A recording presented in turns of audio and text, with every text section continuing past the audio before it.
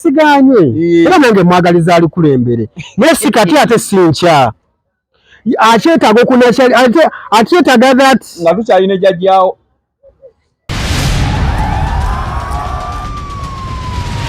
abiri mu mukaaga ofiisi eyo onoogiddamu kyabadde kyangu nnyo Uganda tetuli seefu kibanga okuwamba abantu kukyagenda mu maaso ate sonyonya ebintu byagenda okukola bigenda kuba byamaanyi nnyo nga n'empuga tabituuseeko mu makkati kulembera siganye era nange mwagaliza ali kulembera okwanirizaako nnyo mukwano gwaffe wonna w'osinza okubanga ate oturaba ne tukwebazaako emirimu egy'enjawulo weebale kutwekuumirako weebale kutwagala weebale kulayikinga weebale sharinga wonna w'osinza okubanga ate oturaba olunaku lwakubiri tubakulisaayo nnyo manzali ga Christmas n'abakyali kubanga tulina okubanga tucelebratinga yesterday was Christmas leero Boxing Day enkya kuddako paka ate ku lusooka so oba ne mu ofiisi yonna gy'okolera ng'essaawa zino bagambye toddeyo ku mulimu mukwano gwange noonya omulimu omulala abantu balina okuddamu okukola ng'enaku z'omwezi 3 January oba 4 kale oba 2 balina okuddamu okukola okay kale wonna w'osinza okubanga ate oturaba tugenda kutambula ffenna mu nsonga ez'enjawulo ezikoze emitwe emikulu naddala wano mu ggwanga lattu erya Uganda mwaka guno gwa 2023 mubaddemu ebintu bingi nnyo tugenda kuba ebintu bikoonakoonako ebimu tugenda kubisimbako essira ate mukwano gwange naawe bisingira ddala obitegeere tuli ku Flex Media Official posta n'omukutu gwaffe gwa Big Brother Uganda yenze Sula Flexible wamu ne munnange nze Jamaalu mbalamusizza mwebale kutulaba gye mutulengerera yonna abali mu diaspora tubaagala nnyo mwebale nnyo mwebale ddala okutugoberera kikulu nnyo njagala obeebaza ak'ensusso kubanga ate eno festival tugiyiseemu naye nga batwagala twagadde mutulaze love naye ye time mumanye emikutu gituuka zino zitimbi zituuka ne ziba nga waliwo eyeeyubula tutegeera mukirize Flex Media yeeyubule mukirize Big Brother Uganda yeeyubule this is our time. Please, thank you so much. Subscribe, liking, go in the comment section. You leave your comment there. Tusobola kubanga tutambula. Twogera ku bizimba ggwanga, myaka gyaffe tuleme kusala nnyo ggwanga. Nga bye twalina okukola tetwakikola. So, naye nga mwebale kusubscribe. Oli otya? Christmas yatambudde etya? Teyatambudde bubi, teyatambudde bulungi. Naye era nze akkiririza mu nkyukakyuka yatambudde bubi. Wafunye ku bbeere? Abantu kati ate ndi musajja mufumbo. Sikyeŋŋambye, sikyentegeeza. Abantu si basanyufu, abantu baavu, abantu balina ebintu bitategeerekeka bulungi bye balowooza, ensi egudde eddala, omuntu agenda mu studio n'akaaba. Nalumansi! Naawe ne ogamba oba akaabira kyagamba Nalumansi? Namukwaya. Omusajja omukulu. Ku nnyimba ya Ronald Mayinja yabadde akola ki? Yabadde asika vibe. Vibe z'amayinja ziva eno wansi eno wa mugongo. Kati oba olina okwegananula ennyo namukwaya. Naye nga Sula festival tukyagiyitamu ekyaliyo wabula abantu baavu. Abantu baavu. Ate era Katonda oyo yali atutonda. Engalo zino ziraba. Waliwo bakirumira, waliwo bamwasajjute, waliwo balunakunkunyedda, waliwo okitegeera. Tozesobola kubanga zenkanankana. Waliwo abagagga bennyini baha mu kiggundu, waliwo bakirumira, waliwo baani. Ku 10 tulinako abantu 5. Anti ensi bwetu bw'olina okutambula omanyi lwaki? Lwaki 9 ffenna tugwa mu ttuluba ery'abaavu? Nedda. Anti kati olaba omugagga tasobola kufugika. Omugagga tafuga mugagga. Omugagga alina kufuga mwavu. Obeera nga Jamaalu olina ssente. Omuntu agenda okukoleza emmotoka talina kubeera na ssente. Okitegeera kye nkugamba?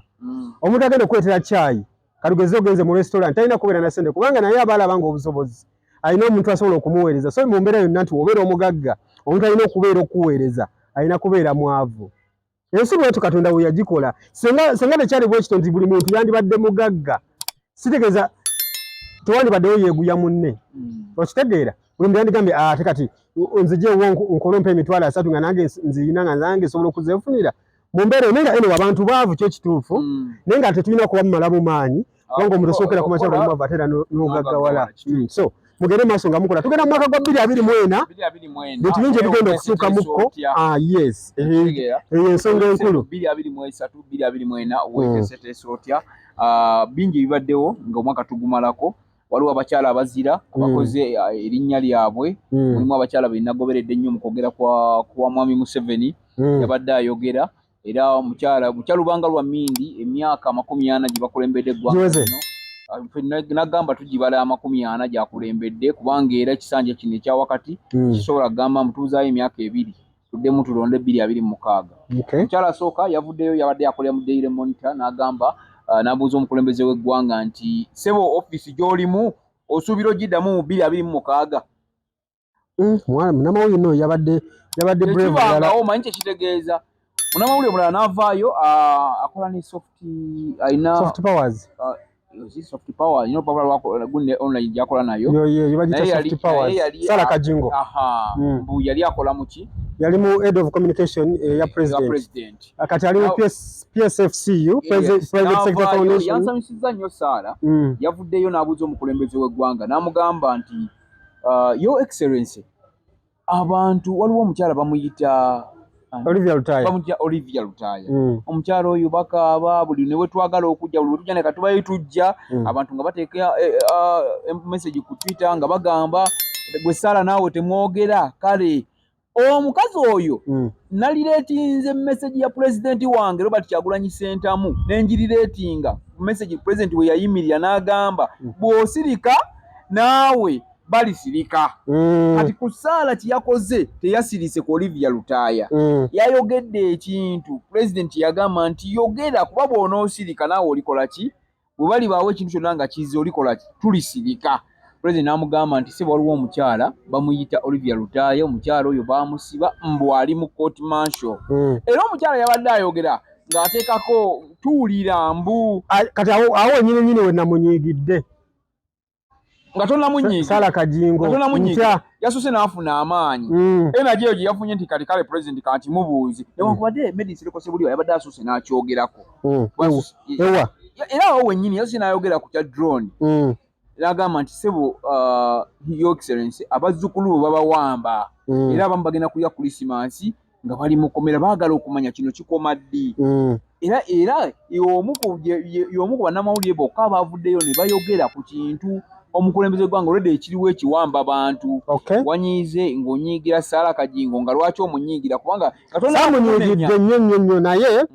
manyi obeera maaso ga president bwoti ebiseera ebisinga kati ngoyo munnamawulire ow'amaanyi abadde nga wandikira president biki yagenda okwogera otuuka mu maaso ga president bwotyo oba omanyi togenda ku raisinga issue bwetyo sooka okola information emala okitegeera kubanga president abajja kuchallenginga atya nti Sala bamubuuzizza bamusibira ki kati obeera munnamawulire omutuufu olina okumanya nti bamusiba bamukwata oba ensonga z'ebyobufuzi lwaki bamubaki emisango gye bagiwoleza mu military barracks okitegera naye kati Sala yes ensonga yabadde nnungi agamba president omukyala bamukwata omukyala yali alina abaana kati n'atuuka mu mbeera nga naye kyayogera alinga takitegeera president n'amugamba bamukwatira ki bamukwatira bwereere okitegeera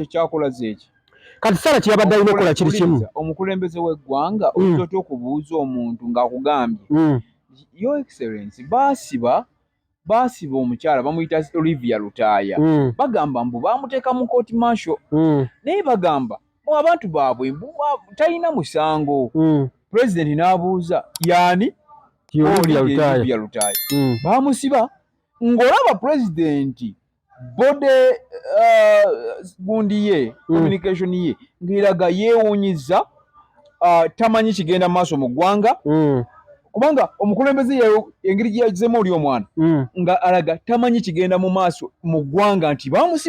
bamusibira ki yakola ki okitegeera ekyo kitegeeza ki kitegeeza tugambe omukulembeze w'eggwanga tamanyi kigenda mu maaso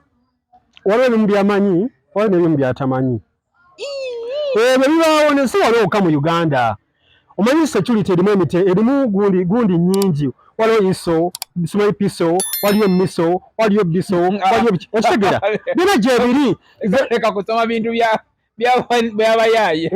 kati kweleka nkubulire zona security organization mweziri mu Uganda kati waleketera munda mu ggwanga eya iso waliyo simanyi district oba internal security biki eyo diso waliyo piso waliyo diso okitegera bingi gyebiriko gyagenda obulirize so kati abantu abo bona balina ebigundi ebibakola ki ebibatwala oba okitegera kati president nga ye omuntu fountain of honor waliwo n'ebintu ebimusukkako nga tamayina kumanyina gamba kuba kati omukulembeze omutuufu abadde oba ng'obadde ofollowing ensonga ezo ng'olaba abantu outcry engeri abantu gye bakabamu ku social media ono bamutwala Damulya bamukwata simanyi ono yani ono bangi omusajja gwe bajja ewa Kiseka oba yeyo Damulya gw'empulya gwe bagamba kati ebyo ne president ojja muconfronting awo mu lukuŋŋaana lw'amawulire okimubuuze ate ye akugambe abenga afuna information okuva gy'oli oba okitegeera akugambe yani oyo bamusibira ki yabadde nga afuna information okuva eri oba okitegeera kati awo omuwala we namunengereza kubanga wotukera kumeca ne weetema eddimu eryo nogamba kakati oba kati ensonga Sarah teyamukwatidde awo naye kati kanjogere ku kino kya Olivia Lutaya yavudde waka ng'akoze bulungi nnyo naye kati ngenda kwogera ku Olivia Lutaya ekisookera ddala wansoso n'omanya Olivia Lutaya bamukwata ddi munemawulire mutuufu bamukwata ddi kiki ekyamukwasa babadde omusango gwe gutuuseewa kuba kati wonyonyola president buli kimu process nga buli kimu nga ekitandika asobola kugamba nagamba okay oyo bamutei kubanga munemawulire bonyonyodde bulungi ensonga yakwasa ki Olivia Lutaya naye Sarah Kajingo tumuwa ekitiibwa but naye yatuuse ekiseera nga atamwa yabadde agenda kumalayo omwami oli ali ku muzindalo yatwala gundi ya president namusikako omuzindalo yamugjeeko kubanga yalina control ya microphone yamugjeeko era atulaba ndowooza osobola okulaba ka vidiyo ako kubanga omwami oyo we yamugiddeko Sarah nga ayogera n'amuggyako era Sarah yalaze nti yeekanze nnyo bw'ati ati Sarah yabadde ng'aleeta ekintu ng'agamba in related to that nga kyayagala okugamba nga kyekuusa era ku kifaanana ekyo kyobala nti Sarah teyafunye budde era ate nga ye muntu yekka eyandibadde ayogera ebintu president n'abimugaa n'amanya nti abantu bakimanyi wansi nti ekiwamba abantu gye kiri bannayuganda babawamba abakazi n'abasajja n'abaana abantu baabwe tebabayina Sarah yabadde ayogera bwe mukisa bwokka gwe twafunye era omukazi oyo nze yabadde muzira wange guno omwaka nti osanga bannamawulire batono nnyo asobola okukeera ku makya n'avaayo n'agamba nti kino sebo president kiri bwekiti ne bwekiti ne bwekiti okitegeera so anyway tumwebaza nnyo Sarah ono former guild president wa Makerere University mu mwaka gwa 1997 jangu wesimbe nawo tasobola omukyala w'amaanyi nnyo omukyala mugagga alina ssente mpitirivu atula ku board of governors board of directors ya private sector foundation ate n'ekirala former guild president oyo omukyala mukulembeze okimanyi mu 97 mu ku bakyala namba 2 yasooka okubeera guild president wa Makerere mu 97 ga Makerere kubanga Makerere badde weze myaka yakaweza ndowooza of recently myaka 10 97 ka 97 ndoza myaka ngemi mkyala mukulu ali myaka ngana just mushesha akula bulungi maybe alabikira ddala bulungi anyway ebyo byadenzi byali kubyemuko bwe nti nembuuza okwogera kwa president ddala ebintu ebimu omukulembeze w'eggwanga tabimanyi ebyo bibaawo ebiseera ebisinga ebintu bya security bya security byo biraba obadde okimanyi owuliriza omukulembeze w'eggwanga ayinawe yadoojingidde ekintu ky'okumubuuza nti ofiisi ogivaamu dde ogisuubira ogiddamu 2026 n'akidoojinga naye yakizzemu bulungi ndiyi waali ate nakyokkanagamba kwali yagambye wendi muzeeyi tova ku maini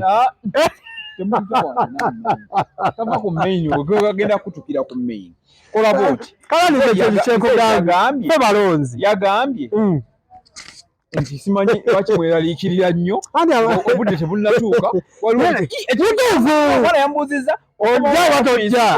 nange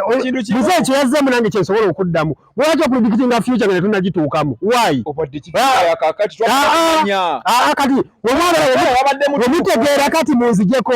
nedda mukoleki muwala olukwe owa enteekateeka tweteeketeeke omukulembeze tebafuga batyo uliriza security ogiraba enteekateeka kankuweka ekintu kimu mu mukulembeze omulaba okimanyi obeerawo kategeze ng'olina ssente nnyingi noyagala okusurprisinga president tokkirizibwa wadde president w'omwagala nnyo era okimanyi mu mateeka gafuga eggwanga president ye head of security ye fountain of honor tokkirizibwa muwa kirabo tomu gift kategeze obange kati olaba ng'emmotoka zibawadde ba speaker ba former speakers because naye yaliko former speaker okimanyi basooka kumwebuuzaako nti owekitiibwa president tuli mukola enteekateeka ewaba sipiika emmotoka okusinza ku tteeka erikola ki erifuga paalamenti naye tubadde tusaba naawe tukuwe emmotoka n'alyoka akkiriza era babakola nga tebamwebuuzizzaako pulezidenti n'alinnya emmotoka eyo n'agifuniramu obuzibu kitegeeza mubadde mu lukwe oluta pulezidenti kati kye bayita security kati pulezidenti asobola kubeeraawo olwokuba okutte omuzindaalo ebya security ebyo ku kibuuzo kiri oli ati mbadde nzija ku kino kati president okera ku makiro gama mumaze leero ali mu kattu sema okomawo tokomawo oshiga obanga yagala okumuwamba lwaki obuuza oba kisooka whatever oba obuuzizza otya biri abiri mu mukaaga ofiisi eyo onogiddamu kyabadde kyangu nnyo kubanga nze omukulembeze wali badde oddamu otya nga 2 tetunnamutuuka bwe ndi ngenda gugendamu nga mugamba 2 ngenda kwesimbawo wendi tebogera webatyo ofiisi nja kugiddamu oba kakatino kankubuulire ngenda kugiddamu president walikyogera bwatyo ndi ngenda kati abantu nga babadde bayagala bakiwulire 2 ngenda kuddamu neesimbewo wajenga batadde ebyokwerinda by'eggwanga mu matigga okitegeera president n'okubuula emineti nga abeere nti agenda kuddamu yeesimbewo amala kuvaayo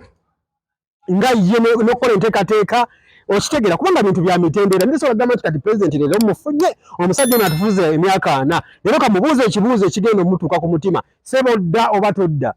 okitegeera abamu nno mu gavumenti ezimu bakufulumya mu gundi mu conference eyo gwabuuziza ekibuuzo notaddamu nakulabikako ova ku bino ebyoganda nti uganda eri safe mu ngeri emu oba endala tosobola okubuuza president ekibuuzo kyonna kyoyagala mu nsi ezimu nkubuulira mu nsi ezimu kyokomenyewo kiri kimenyewo mu maaso ga kamera ekyaki Uganda tetuli safe kibanga okuwamba abantu kukyagenda mu maaso nti tusinza obwa safe butya kati nze ndi ku kino infarensi ya kino nti munnamawulire asobola okujja mu maaso ga pulezidenti namubuuza ekibuuzo nga tekirina ku questionnaire nga ne pulezidenti takimanyi okikola mu Uganda wokka genda e Rwanda nga pulezidenti Kagame anaakola press conference basobola ne basindika questionnaire wa pulezidenti waba wa press secretary wa pulezidenti n'atiikinga kino neziddeyo mu bamawulire n'ogeza obuuza ekibuuzo nga kiri out of questionnaire mama ntaata baayi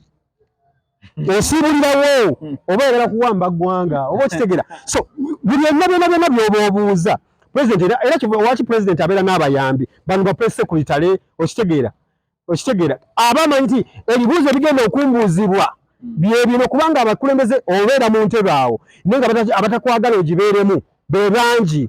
kati omuntu asobola okubuuza ekibuuzo katugeze ng'ekiwamba abantu ng'ekyo gwe president gwe head of security gwe buli kimu gwe mukulembeze w'eggwanga kati kibuuzo kyoddamu kyateba nange mbadde simenti ow'abantu abawamba mbadde naye Olivia Twala mbadde simenti ne bamuwamba awo oba okola bulando oba oswaza mukulembeze era mu nsi ezimu oyo munnamawulire yabuuziza ekyo ekibuuzo kati yandibadde yabuuziddwawo dda nga temayina ngabo kyonna security kyeyagala okumukola naye mu nsi ezimu Museveni is okay akuleka n'obuuza ekibuuzo kyo n'abeera interactive naawe nemwogera buli kimu okitegeera naye ebyo banyumizaamuko n'amubuuza simanyi ne batandika okudda kati ekyo kyokka kikulaga nti Museveni ali bit different ku bakulembeze abalala oba oli awo bino byokuba mu ntebe bibaawo just ng'obumanyi akubaluddewo nnyo okitegeera naye kati nze katuli ku kino nti mu nsi ezimu nze kati nkuwadde example pulezidenti Kagame oyo omulaba newankubadde oli munnamawulire mukugu nnyo oba wasomera Bungereza oba wasomera wa tosobola kumubuuza kibuuzo ate newaba bakutenda nti gwabuuza ebibuuzo e Uganda amala kutunula ku bibuuzo byogenda okumubuuza omubuuza ku inflation y'eggwanga bisebeserebye womubuuza ku kyatamanyi nga tegwa olina information nyingi kubanga gobera wa mawulire oba na access nyingi nyetegeera ebintu obuulyawo okusinga ku balala wogera n'okola research wo n'omanya kati bano babba eddagala na buli kimu n'obera information n'omanya kati ngenda gitomeza president womubuuza ekibuuzo nga kigenda kunyiika eggwanga lino so mu mbeera yonna the president mwebaza engeri gyazzeemu ebibuuzo ebibuuzo abadde abimanyi yabizzemu bulungi osooka kiwanga abantu akimanyi byonna yabizzemu bulungi nze okwemulugunya kwange kuli ku kibuuzo ky'omukyala eyayogedde ku kya Olivia Lutaya alaga kitamanyi nti nno mu ggwanga Olivia Lutaya baamuwamba andi kati kankubeka ekibuuzo ebbanga ffe abaagala enkyukakyuka lye tubanjiriza Olivia Lutaya n'eddamulira ebbanga lye tubawanviriza ne tubanja ba political prisoners bona omukulembeze w'eggwanga abadde alina okuba nga akimanyi era ffe tuli sure ti akimanyi yabadde agezaako kubuzaabuza mbeera naye nga toyinza kuŋŋamba titamanyi kigenda mu maaso mu ggwanga nga you the head of security nga tomanyi nti no Olivia Lutaya baamuwamba baddamulya babawamba abantu babawambye bonna bavubuka naye ekyo ne kirireetinga omuvubuka omuwala ono omukyalo ono eyabuuzizza ti omukyalo eyabuuzizza nkizza ku President Robert Kyagulanyi Ssentamu nti mu kukimuzaako yagamba bw'onoosirika naawe tulisirika bw'oyogera era nabwe tujja kulaba nti okole ki osobola okwogera nti ono yayogera n'avaayo Olivia Lutaya baamuwamba ekisookera ddala credit tugize wasala bugingo okubeera n'obuvumu obwo ekyo kyo yakikoze naye ye muzira wange yakikoledde mu mateeka makyamu yensonga lwaki yamazeyo statement manyi lwaki yamazeyo statement obutamalayo statement yabadde agamba nti on addition munnamawulire yenna abuuza ekibuuzo tebasobola kumyutinga nabo bagenza okulaba nga ebibuuzo by'obuuza oli set oliwo gwe basetinze ebintu bya security biveeko naawe ebintu bya security bizibu nnyo basobola okugamba katukolemu kwa check and balance tulabe muzeeyi ono tumuchecking ebintu bino ebiwamba abantu abimanyi kati omusajja kyovula omusajja yabadde mu byuma oyo yabadde ku microphone yagenze okulaba nagamba moderator yagenze okulaba nagamba bino gye biraga muzeeyi bamuswaza yamuggyeko mangu bwati okitegeera muzeeyi bamuswaza nze mu ndowooza yange ekyabadde kiddako okuva ewa Saala kyabadde nga si Olivia yekka yadazaako baddamulira yabadde azzaako ebbanga sula lye tubanjiriza bonna abantu abaawambibwa dene eri tumala okuba nga bannayuganda bonna n'abali mu security bonna nga bamanyi nti waliwo abantu ababanjibwa okitegeera ebbanga lye tumaze bonna ne baddamulira ne baani limala bumazi naye bamukaze by'okumusikako omuzindaalo bagumuseko naye nze omanyi wabyo ebintu ebirina n'obiraba naye kati bamuseko omuzindaalo kubanga byabadde abuuza byabadde omanyi olukuŋŋaana olulaba ebiseera ebisinga nga wenkugambye nti mu nsi ezimu president they don't allow open questions okuva mu audience oba okuva mu bamawulire kubanga bamanyi ne Museveni ekyo kyakola okiraba esooka eri mu international community baga Museveni alina freedom of speech abamawulire abawe eddembe ne babuuza ebibuuzo byonna oba bya opposition oba bya economy oba bya inflation oba bya security Museveni abaleka ne babuuza okitegeera ne kati contradiction yabaddewa nti kubuuza kibuuzo Museveni oba security oba government ngeri out of control kati Muzeeyi asobola okubeera nga ebintu by'okuwamba abantu abimanyi batamanyi ndi video ani awamba tamanyi ani gwe bawambye nti Jamalo bamukutte Jamalo tamumanyi okujja nga soso n'addayo mu bakama ba ISO n'abuuza poliisi n'abuuza amagye n'abuuza abaani ebitongole by'okwerinda nti ate ono omukyala era kyobola president yabadde nnyo excited oba yabadde nnyo ng'agamba what Olivia Lutaya yani bakisooka yakola ki tebamubriefinga naye nga tamanyi nakumanya nti Olivia Lutaya baamusibira bamutwala mu court martial kuba kati ekisooka n'okusiba drone n'okuwambira wano n'ekutwala emakinde mu court martial oba wembuyo oba wuwa ogwo guba musango mulala because abantu basibira mu court martial ezo obeera okoze emisango esatu oba n'okweyongera ekisooka treason oba olidde mu nsi olukwe ekyokubiri mutujju bano baali Kaida abokyeza ebibuga biki yabadde yegeza mu kutta president abo bano simanyi yasse omuntu abantu yasse omuntu yawambye emmundu bamukutte n'emmundu okitegeera abo abantu abagwa mu kategori z'emisango egyo be bantu bawozeseza mu military oba okitegeera kati president yabadde nnyo kubanga ebintu ebikwatagana ne military president abimanyi nnyo n'okusinga omulala yenna kati president abantu abazisibwa mu military abamanyi kikyo kwamba yabadde okay maybe security ekyo nasooka n'asirika teyakyogedde naye kasi omukyala yagambye nti ate bamuwozeseza mu military n'agamba yiyi military yakola ki kubanga ye bamanyi kati goze babakyala babaani era yamaze n'akyogera agamba ali mu court martial terrorist court martial wali babera terrorist kuba kati sigamba nti oba yatta jeno nga olaba nti oli gundi ani Lydia Duralu omujiga Lydia Duralu eyatta afande kazenyi nti bebo bantu abasaana okwesebwa eyo okitegeera nti ose jeno bakutte n'emmundu biki naye kati Olivia Lutaya mukazi oba yali yeefumbira na caayi oba yali atunda katogo alina abaana be 3 bino ebya People Power just kukwata kamanvuuli na kwambala bu uniform nga school uniform za People Power biki ne bakwata awo gamba nti oli safe okitegeera so ensonga zimu ziri political nga womanyi gambe yeri political kati bamukwata bya nsonga za byabufuzi ati kati okulwaye nnyo no by the way for concern yaffe weeri abantu bano be bawamba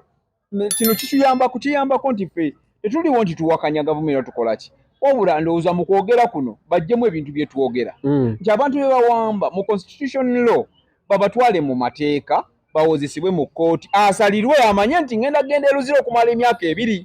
bansalidde eruzira okumala emyaka 10 ng'akimanyi n'abeewaabwe nga bakola ki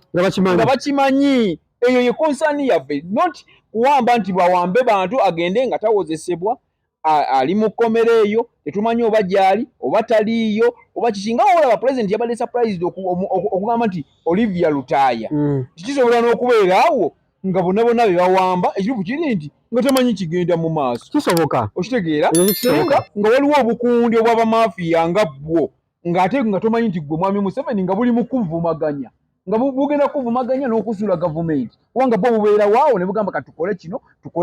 naye kati gwe bw'ogamba nti tomanyi bawamba bantu mu ggwanga then kati awo ffe kitweraliikiriza oba olina okumanya then security eyo eririddawo olwo okitegeera ekyabadde kiddako ku Olivia Lutaya kubanja olubala oli yamumyutinze kubanja balala baddamulira baani ba John Bosco Kibalama nyina liisi gye nalindeeze wano gye nanoonyerezaako eweerako ddala ndigiba walumu ey'abantu kubanga baweererako ddala abamu well and good waliwo abamu abaateebwa naye kati waliyo abaliyo naye konsaani yaffe abaliyo munda baveeyo bawozesebwe mu kooti ya bulijjo basalirwe omuntu bw'asalirwa sula abaana bajja genda bamule amanye nti nsaavinga okumala emyaka 3 oba emyaka 5 oba omwaka gumu manye ekibonerezo kyange ndoza tugiveeko tugende ku nsonga ya ebintu ebibaddewo ebintu ebigenda okubeerawo omwaka nga guggwako waliwo ebivulu 2 ebikontana byenjagala twogereko skin wankulukuku ne Abitex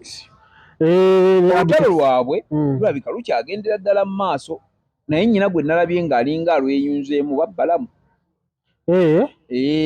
kubanga olutalo lwa Alien Skin ne Abitex kino kyaleetera okuba nina kye nakubuuzaako omuntu ono yategeka ali kuba Alien si yeyetegese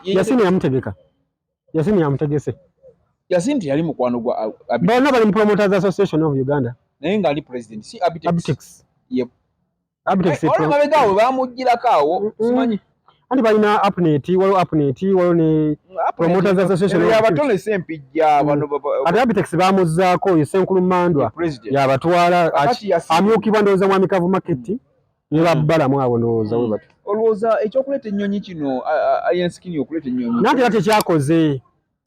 omanyi wano mu history y'ennyonyi abantu balina okukimanya nti history obuzannyo bw'ennyonyi bajje Abitex yabusookamu ebintu by'ennyonyi ebyo kati omu ali ku script ya munne kwatambulira because nawe njagala okitegere nti Alien Skin bino ebintu bya promotion tabimanyi n'ebyokutegeka yamanyi ebibyo byakuyimba kati omuzannyo gw'okutegeka because yali ayagala kwetegeka nga ye nibamugala guno omuzannyo gw'okwetegeka gw'okutegeka ebivulu togumanyi oyinza okugaa nti bakuwadde ekisaawo awo wankulukuku naye kikulema n'okuyingizamu wadde omuntu omulema so omuzannyo gw'okutegeka gulekere bapromota bafaafagane nabo kubanga balina sente zebasasula enaggulu eyo balina sente zebasasula simanyi neema balina sente zebasasula security balina sente zebasasula bawunsa balina sente zebasasula biki okitegeera kati gwe tojja bisobola wabula funa promota omugayize kwasiza ekivulu kiikyo akwate sente zo miliyoni mmeka akuwa miliyoni aga abiri olinde ogende kaso olinde kujja okole haso zogenera ku no mule kaso loza we na pressure ze waliwo ka pressure awo tukira wa no netantala otegeka ekivulu bonzo kusooka nenda maybe oba byakusaaga mbukusa kubanga natunira mu kisaawe ekyo Mutesa tulo yo stadium kisaawe ekyo kya Bwakabaka Mutesa tu okitegeera kya Bwakabaka kati nga sikisuubira nnyo sawa okubaira mu lubiri ate wankulu kunga waliyo so nalaba nga kinza otasoboka eri komite bekola sente sula bakola sente bakola sente tebawagala manyi oba oli akutte millions 10 for example yaziwadde ntigera kuteeka ekivulu eri baba bakoze yo Bwakabaka bwa buyingiza sente ekyo kyo kituufu anti kati awo doubt yange oyasooka but eventually nagenda nkitegeera butegeezi nti maybe kivulu kya alien skin kigenda kubeerayo era kigenda kubeerayo naye obuzibu bugenda kubeera ku kivulu ekyo nti tewagenda kubeerawo nnyo buzibu lwakuba nti waliwo okulabisa ne kati nejjo dategede nti yasiinike yakirimu ano yasiini nkubuuli yamwana emmotoka eri gye baatomedde yalya kati ssebo alwasi naye bamugoba dda munaku muzibu alina kaki munnange wakabadde wano mwana oli wambwa nnyo naawe oli wambwa nnyo ensayire ensinga atirisiti tewampulira munnange ebivulu bigenda kubeerayo byonna era nze njagala abantu bonna mugende muwagira alien skin mugende muwagire n'abitex kubanga alien skin eyo w'amaanyi abantu bajja kuweza mbu alien skin simanyi ebya politics byamuyingira talina maanyi biki alien skin nadde mulabe eggulo wano kutabadde wano kalende wa misaki nga misaki akuba shoyi wano kalenda muganda wange abantu beyambudde abantu balalusi singa esimu mbadde nayo nandibadde nkulaga wano video abantu batabuse ku stage nga bagala ku okitegeera so abantu kyalete kibangawo anti yagamba simmwe mwamuleeta yajja nanti era abantu abayogedde webati okuba nti nno alien skin yali agambye mu December agenda kunyuka music ng'ogyeko ebyo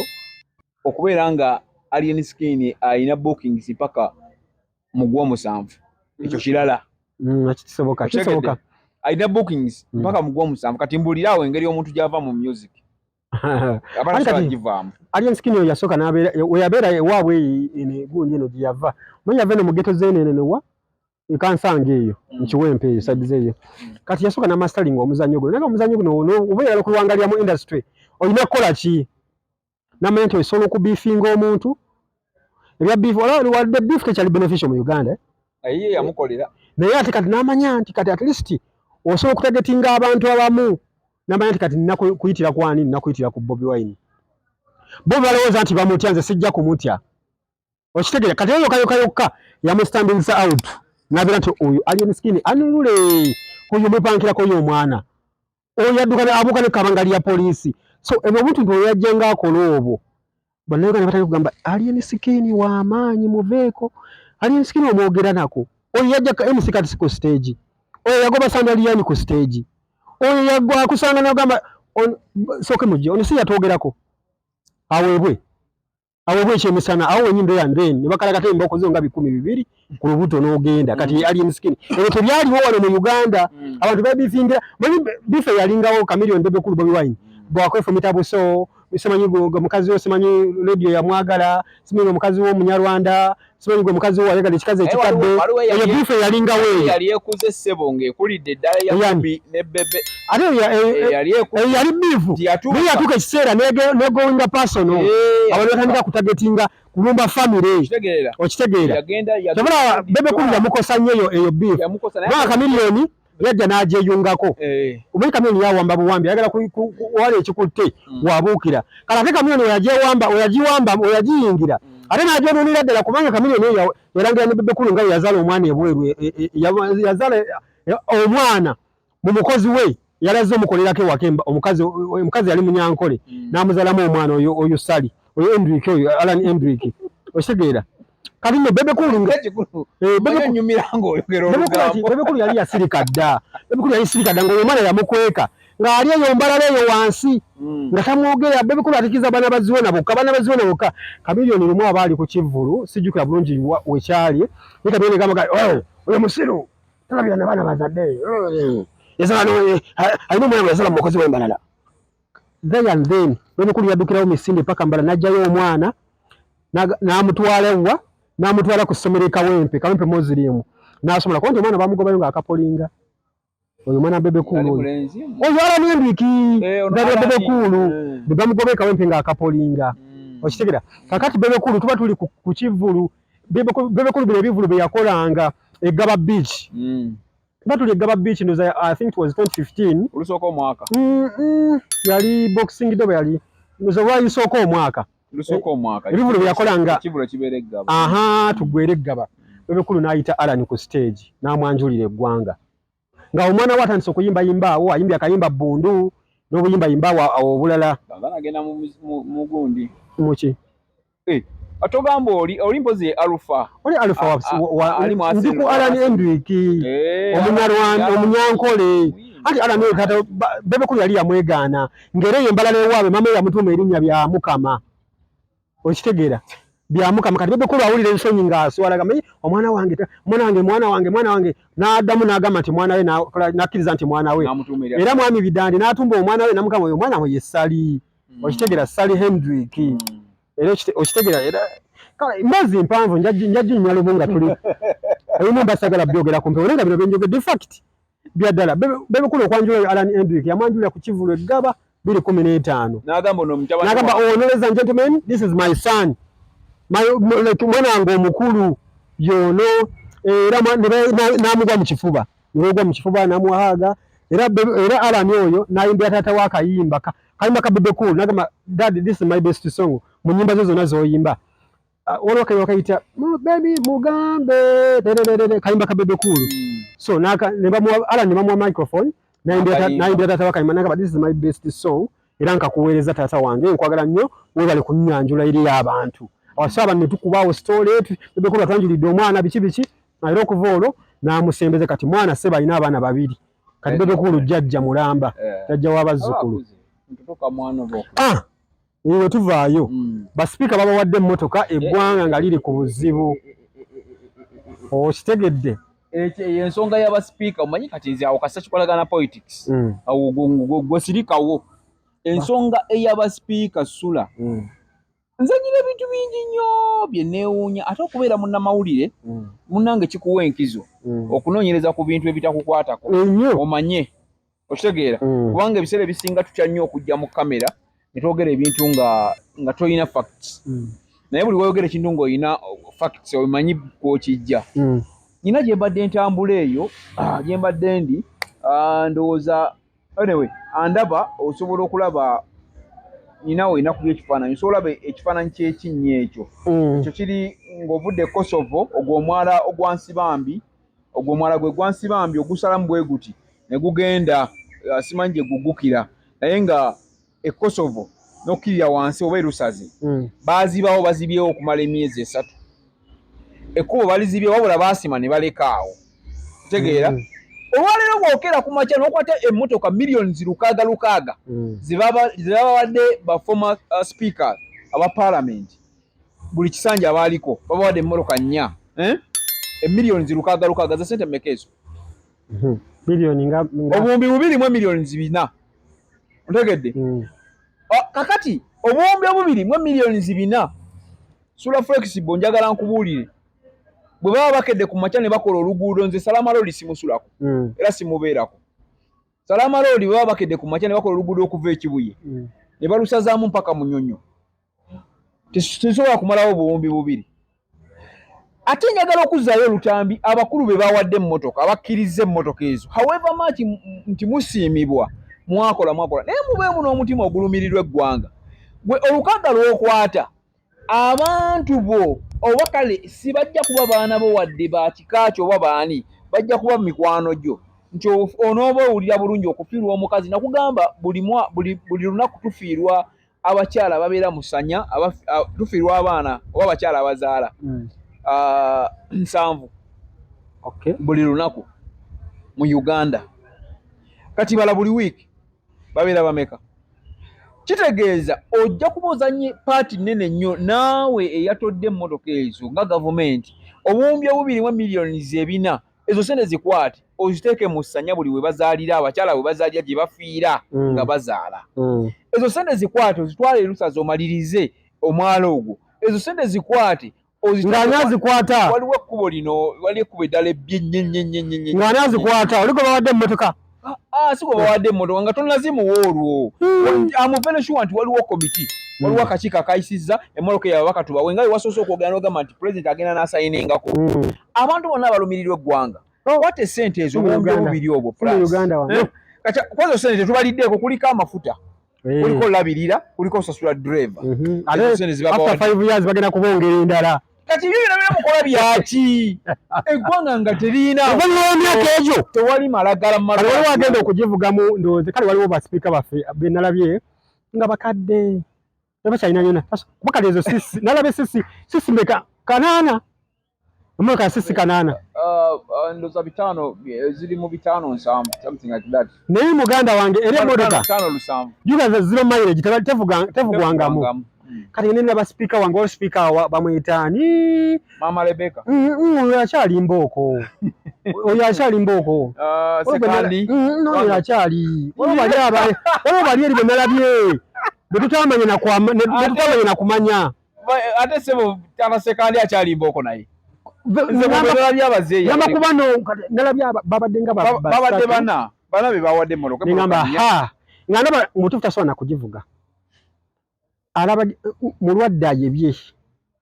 naye kati jjuka emmotoka eyo agenda kugivuga emyaka 5 kwaliwo omuntu asobola okuvuga emmotoka eyo emyaka 5 nga tennaba kufa wadde side mirror okitegeera ng'esigadde nga bweri naye bakugamba ogivuze emyaka 5 gikomyewo tukuwaate endala esinga ku eyo already balina emmotoka abo abakulu balina amamotoka si mmotoka kakati guba mululu nabutakkuta toli mukufu byolina nze mu Uganda abantu nabagamba nti wano mu Uganda bwe twatuuka buli chance gy'ofunye nga bagambye genda olye mulye kale tetukyalina kyakuzza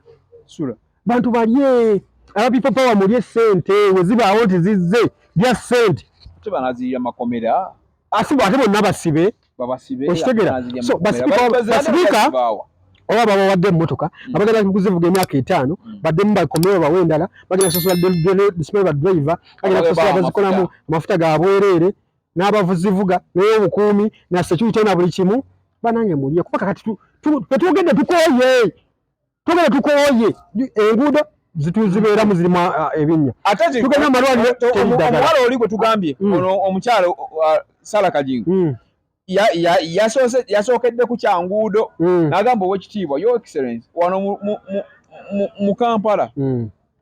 mujjuddemu ebinnya bingi nnyo ate nga bw'ofulumako ebbali enguudo nnungi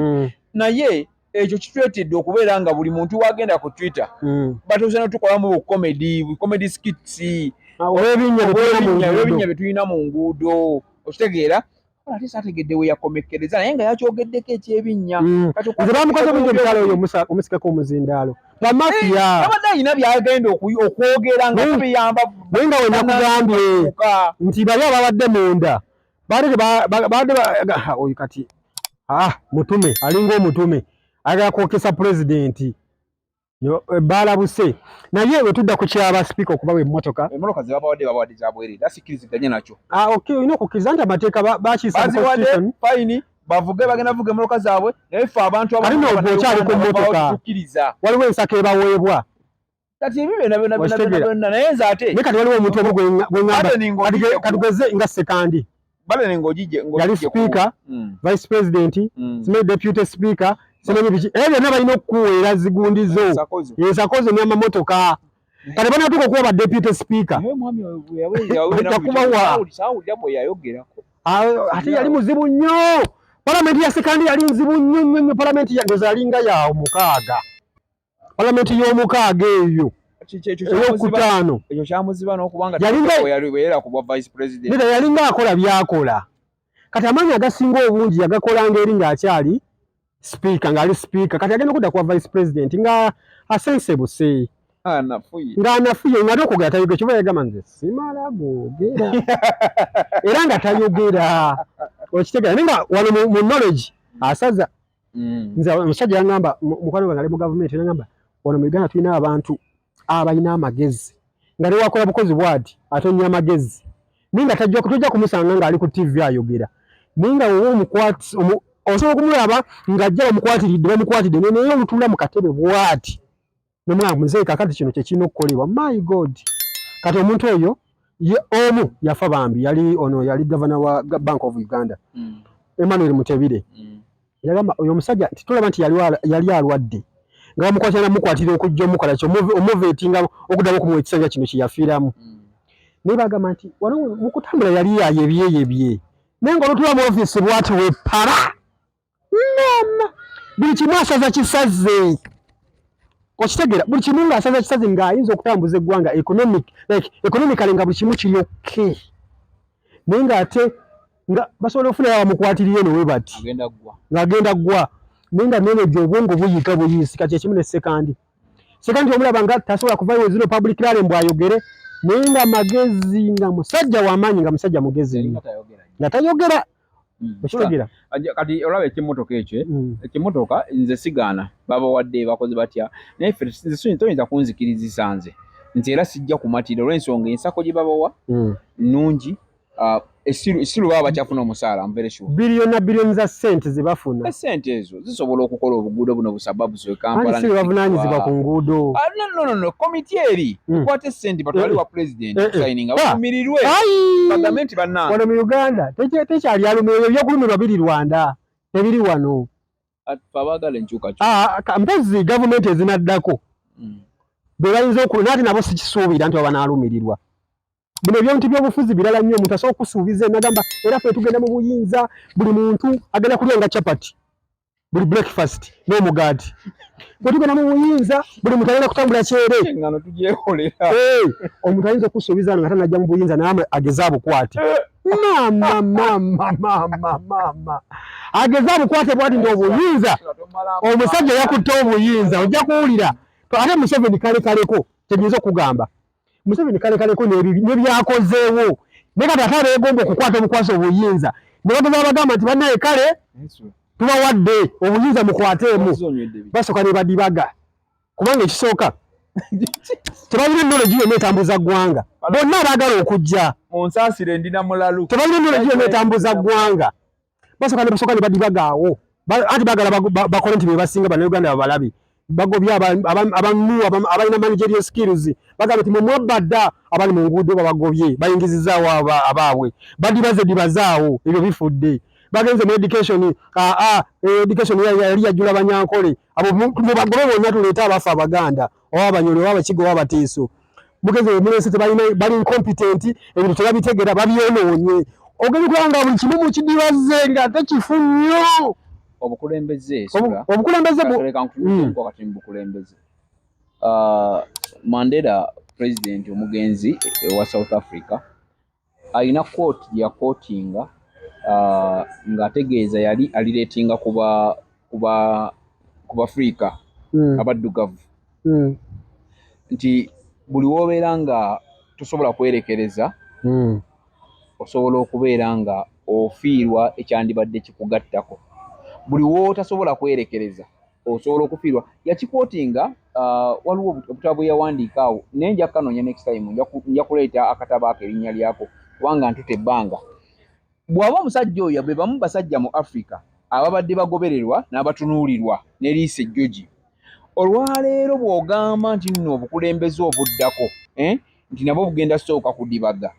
oba tewekkirizaamu nga munnayuganda n'omukulembeze Mandela muveeko kankuwa example sula obukulembeze bwa National Unity Platform bwakyuse mu bbanga ettono ennyo era nga n'omukulembeze waffe His Excellency President Robert Kyagulanyi Ssentamu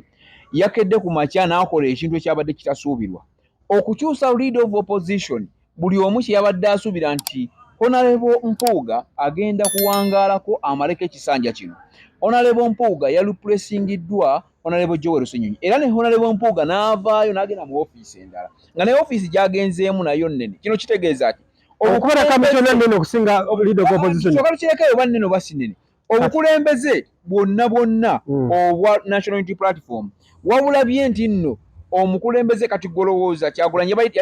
yali tayagala bwa Honorable era awo wenyini onjagala okutegeereza nti kino ye alina engeri gye yakirabamu kubanga Kyagulanyi takulembera National Unity Platform yekka tali yekka waliwo abakulembeze abalala abakulira ekibiina kyaffe kati abakulembeze abo abalala we babaawo kitegeeza nti bamala kutuula mu komiti bo bennyini ne bagamba nti kakati it's time tubeere ekyokulabirako tukyuse obukulembeze kuba bwandibaddeko mpaka ekisanja bwe kyandiweddeko naye akyusiza nga buli omu baagala kulaba busobozi bwe na buli omu obusobozi engeri gy'abutambuzzaamu kati oŋŋamba otya nti gavumenti esobola okuddako ayinza kudibaga budibaza ate bibeddewo nti mwami Museveni yasinga ebbanga lyakoze alina byakoze ebirungi tetukiwakana alina byakoze ebirungi naye waliwo n'ebisobye ebigaanyi awo wennyini wakati mu bisobye wetwagala nti aweemu omukisa ku mukulembeze abalala nga Robert Kyagulanyi Ssentamu basobole okutwala obukulembeze eggwanga mu maaso nga tewali muntu agenda kukola ki ukaba nga tufunye obuyinza oba nga tufunye enkyukakyuka mu mirembe example kituufu era byogedde ndissamu ekitiibwa kati kyogamba nti Museveni aweeyo obuyinza mwami Museveni obuyinza tebagaba bugabe nkitegeera bulungi obuyinza tebasobola bugaba bugabe bannayuganda be balonda omukulembeze gwe bakola ki gwe baagala kakati n'ekyokubiri ekya Honorable Mathias Mpuuga Nsamba gwomanyi pressure ebaddewo oyinza okuba togimanyi omanyi pressure ebaddewo okuva ebamulonda okubeera leader of opposition ebadde y'amaanyi n'okumuukinga anti kankubuulire mwe mubungeesa edda oba ebibaddewo ng'omuntu bw'okimanyi ebbanga lyonna Oweekitiibwa Mathias Mpuuga lyabeeredde leader of opposition NUP babadde tebamanyi busobozi bwa NUP abantu bonna nze benjogedde nabo nebenkozeko interview nga bagamba NUP ekyalayidingira ku DP ekyo si kibiina twagala amaanyi agammwe teri kusoomooza bwe kutyo nga balaba Mpuuga byakoze naye nga bagamba Mpuuga akoze ebintu DP yakoze ebintu bale DP yanekyalinga Mpuuga DP yazimba Mpuuga okitegeera kati nga NUP tefunamu kugulawo ndi abantu kiri bit science tebakitegeera nga NUP n'obuzibe uli obuzinga njagala nti boogere ku Mpuuga nga boogera ku NUP nenga bulejaga oyo Mpuuga twamuwa buwi ngera ba DP block bali proud of naye baba Wannambooze Muwanga Kivumbi Segona Mpuuga okitegeera abo baba wabamwe baba kati NUP ng'eyina ekyo ekizigamba tugeetinze liidi tutya okweggyako abantu abo anti kyenkugamba eyinza okuba teriiwo leero but ya making abo bonna kati NUP naye ng'eyagala standing out okitegeera egamba naffe twagala tuleete omuntu owaffe omuntu atabangako mu kibiina kyonna ate si oba naamwogerangako nga bagamba NUP olaba engeri gyabadde boogera ku Honorable Joel Ssenyonyi ngali mu kakiiko ka Kosase kati that credibility gye baagala okusitula bagitwale ne mu parliament ng'edifendinga nga leader of opposition kati NUP kyekola ki kyeyabaze era kyeyagala oba okitegeera n'ebiri byonna ebibaddewo era Mpuuga byonna byonna byabadde akola abantu bonna abatumizi b'ensonga bagamba DP yakola Mpuuga ali diplomatic nnyo eyabo mu NUP tebasaanayo NUP yabayaaye kati NUP kyeyagala okukola anti nkubuulira leka maleyo ensonga yange kati NUP yagala kuprovinga point ndi yes Mpuuga mwamulabe ne temulaba credibility yaffe nga ffe temuliwa credit ngaba NUP then katulebe ati tebagiraga genda kujja kati omanyi lwaki olw'ensonga Joel Ssenyonyi esooka munamawulire ava ku ebyo munnamateeka va ku ebyo kati nze nkugira lwaki Ssenyonyi bamuwadde obwa leader of opposition nkujjira kiri eri nti Mpuuga babadde tebamulabawo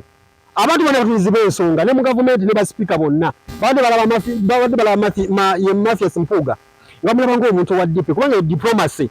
yagijja mu DP tagijja mu NUP oba okitegeera kati bagamba NUP netwanegamba naye kakati tukoze tutya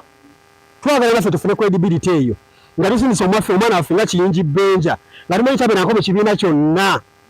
nebagamba kati omanyi Joel Ssenyonyi basekezi akoze bulungi nnyo mu Kosase kati katubedda okuzaalibwa kumu n'okufa kumu katuleete Ssenyonyi akole ki tumanye nti kati buli anaayogera ku Ssenyonyi ajja kuba ayogera ku NUP nga tayogera nti Ssenyonyi yaliko mu UPC yaliko mu DP yaliko mu NRM yaliko wa ekyo NUP kyeyagadde okuzimba kukakasa nti Yesu wadde Mpuuga abadde akola ng'akola ebintu bya NUP ng'abikola bulungi nenga credibility mugizaayo eri ewa DP mu DP gye yava kandi bagamba nti kati anti mugamba kibiina kyaffe kyabayaayi tetusobola kuzimba bantu twazimba Ssenyonyi akoze obukiiko ku ripooti akoze ripooti za kosase 18 zonna nezimu palamenti neziremesa okuzanjula era temunnamulabamu busobozi kati katumuleete leader of opposition okitegeera kati ensonga lwaki bagamba nti era Ssenyonyi bali badde tebamuwa kati yeye science lwaki bamuwadde twagala amaanyi njagala abantu bategere nti NUP y'amaanyi era esobola okuzimba omuntu okuva ku zero nemufuula hero kati ekola ku Ssenyonyi ate Ssenyonyi ebintu byagenda okukola bigenda kuba byamaanyi nnyo nga n'Empuuga tabituuseeko mu makati kubanga ekisooka ekibiina kati kina full capacity full force omuteekamu kyonna ekisoboka okukola ebintu byonna wennyini sula wenzigira ku ky'obukulembeze bw'eggwanga NUP okuva ekiri nti kati eyina full force eyina buli kimu eggwanidde okulembera anti kakati wakati mu kulembera olina kusooka mu bintu birala omuntu asobola kuva eri omuntu abadde mubazzi omuntu abadde mulimi najja n'atula mu ntebe y'eggwanga nti akulembere bino ebintu gwe tuli mu kulayiningako akulembeddeko yabula okulembera ekibiina n'okulembera eggwanga bino ebintu birala nnyo natandikira wa kyekyo kyenkugambye oyagala amaleku olinayo akawanga kalala komanyi nti kati this is a country small country tumusindikeko eri ninga Kyagulanyi mwagala nnyo mukkiriza musajja w'amaanyi obanga akyusiza ebyobufuzi mu ggwanga kkiriza asobola okukyusa sigambye nti tasobola kulembera siganye era nange mwagaliza ali kulembere naye si kati ate si nkya akyetaaga akyetaaga that nga tukyalina ejjajjaawo nze maze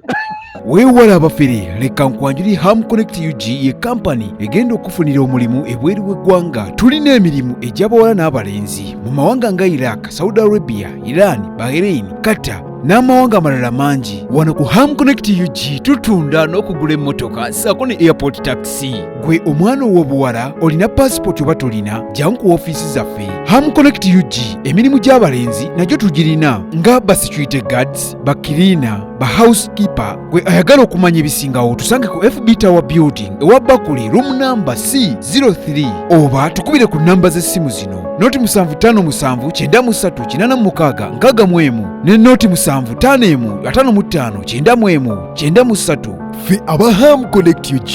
tutuukiriza ekirooto kyo.